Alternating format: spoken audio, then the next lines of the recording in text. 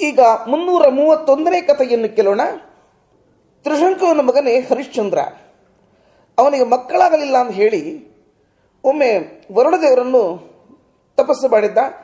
ನನಗೊಂದು ಮಗು ಹುಟ್ಟಿದರೆ ಆ ಮಗುವನ್ನು ನನಗೆ ಬಲಿಯಾಗಿ ಸಮರ್ಪಿಸುತ್ತೇನೆ ಅಂತ ತಾನು ಹರಕೆಯನ್ನು ಹೊತ್ತಿದ್ದಾನೆ.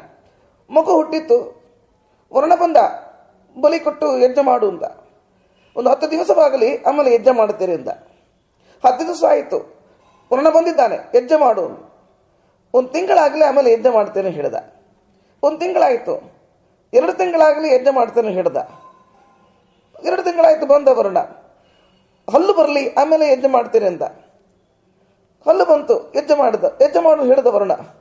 ಹಲ್ಲು ಬೀಳಲಿ ಆಮೇಲೆ ಯಜ್ಞ ಮಾಡ್ತೇನೆ ಅಂತ. ಮಗುವಿನ ಮೇಲೆ ಸ್ನೇಹದಿಂದ ತಾನು ಕೊಟ್ಟ ಮಾತನ್ನು ಮೀರುತ್ತಾ ಇದ್ದಾನೆ.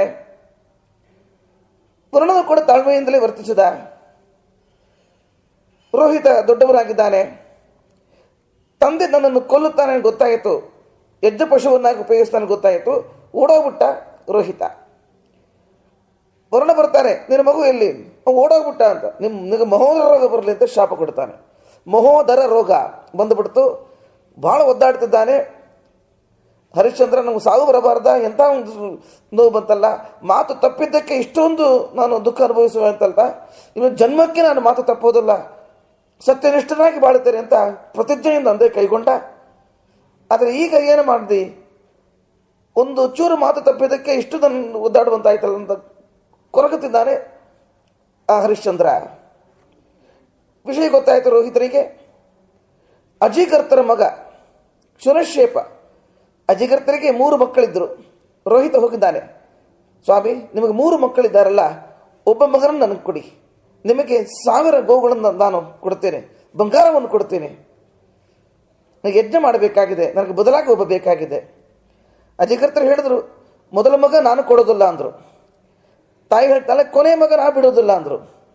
ಶುನಶೇಪ ಹೊಡೆದ, ನೋಡಪ್ಪ ನಾನು ತಂದೆಗೂ ಬೇಡದವನಾಗಿದ್ದೇನೆ, ತಾಯಿಗೂ ಬೇಡದವನಾಗಿದ್ದೇನೆ, ಬಾರಪ್ಪ ನಾನೇ ಬರ್ತೇನೆ, ಹೋಗೋಣ, ಕರ್ಕೊಂಡು ಹೋಗು ನನ್ನನ್ನು.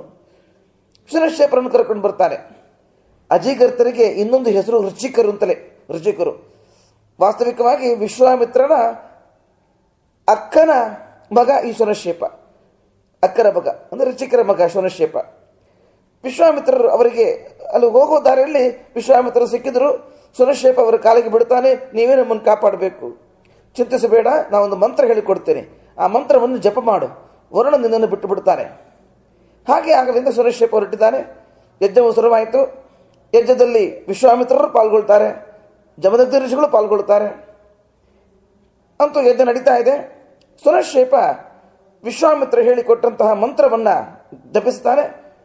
ವರುಣ ಬಂದು ಇವನನ್ನು ಬಲಿ ಕೊಡುವುದು ಬೇಡ ಅಂತ ತಾನು ತಡೀತಾನೆ. ಕೊನೆಗೆ ಹರಿಶ್ಚಂದ್ರನಿಗೆ ವಿಶೇಷವಾಗಿ ಆ ಮಹೋದರ ರೋಗ ಪರಿಹಾರವಾಯಿತು. ನಂತರ ಸತ್ಯ ಪ್ರತಿಜ್ಞನಾಗಿ ವಿಶೇಷವಾಗಿ ತಾನು ರಾಜ್ಯವನ್ನು ಆಳ್ತಿದ್ದಾನೆ. ಹರಿಶ್ಚಂದ್ರ, ಚಂದ್ರಮತಿ ಹಾಗೂ ರೋಹಿತಾಶ್ವ ಸುಖವಾಗಿ ಅಲ್ಲಿದ್ದಾರೆ. ಇತ್ತ ಶುನಶೇಪರನ್ನ ವಿಶ್ವಾಮಿತ್ರ ತನ್ನ ಮಗನನ್ನಾಗಿ ಸ್ವೀಕರಿಸಿದ. ತನ್ನ ಮಕ್ಕಳಿಗೆ ಹೇಳಿದ, ಇನ್ನು ಮುಂದೆ ಇವನೇ ನಿಮ್ಮ ಅಣ್ಣ, ಸ್ವೀಕಾರ ಮಾಡಬೇಕು ಅಂತ. 50 ಜನ ಒಪ್ಪಲಿಲ್ಲ. ಆದರೆ ಮಧುಚಂದ್ರ ಮೊದಲಾದವರು ಆ ಶುನಶೇಪರನ್ನ ತನ್ನ ಅಣ್ಣನನ್ನಾಗಿ ಸ್ವೀಕರಿಸಿದ್ದಾರೆ. ಹೀಗೆ ವಿಶ್ವಾಮಿತ್ರ ಋಷಿಗಳು ಹರಿಶ್ಚಂದ್ರನ ಮಗನನ್ನ ಉಳಿಸಿದ್ದಾರೆ ಹಾಗೂ ಆ ಶುನಶೇಪರನ್ನ ಉಳಿಸ್ತಾರೆ. ಮಗನಿಗೆ ಬದಲಾಗಿ ಬಂದಂತಹ ಯಜ್ಞ ಸ್ತಂಭಕ್ಕೆ ಕಟ್ಟಿ ಹಾಕಿದ ಶುನಶೇಪರನ್ನ ಉಳಿಸಿ ತನ್ನ ಮಗನನ್ನಾಗಿ ಸ್ವೀಕರಿಸಿ ವಿಶಾಲ ಮನೋಭಾವನೆಯಿಂದ ಮೆರೆದಿದ್ದಾರೆ. ಇಲ್ಲಿಗೆ 331ನೇ ಕತೆ ಮುಕ್ತಾಯವಾಯಿತು. ಶ್ರೀಕೃಷ್ಣಾರ್ಪಣಮಸ್ತು.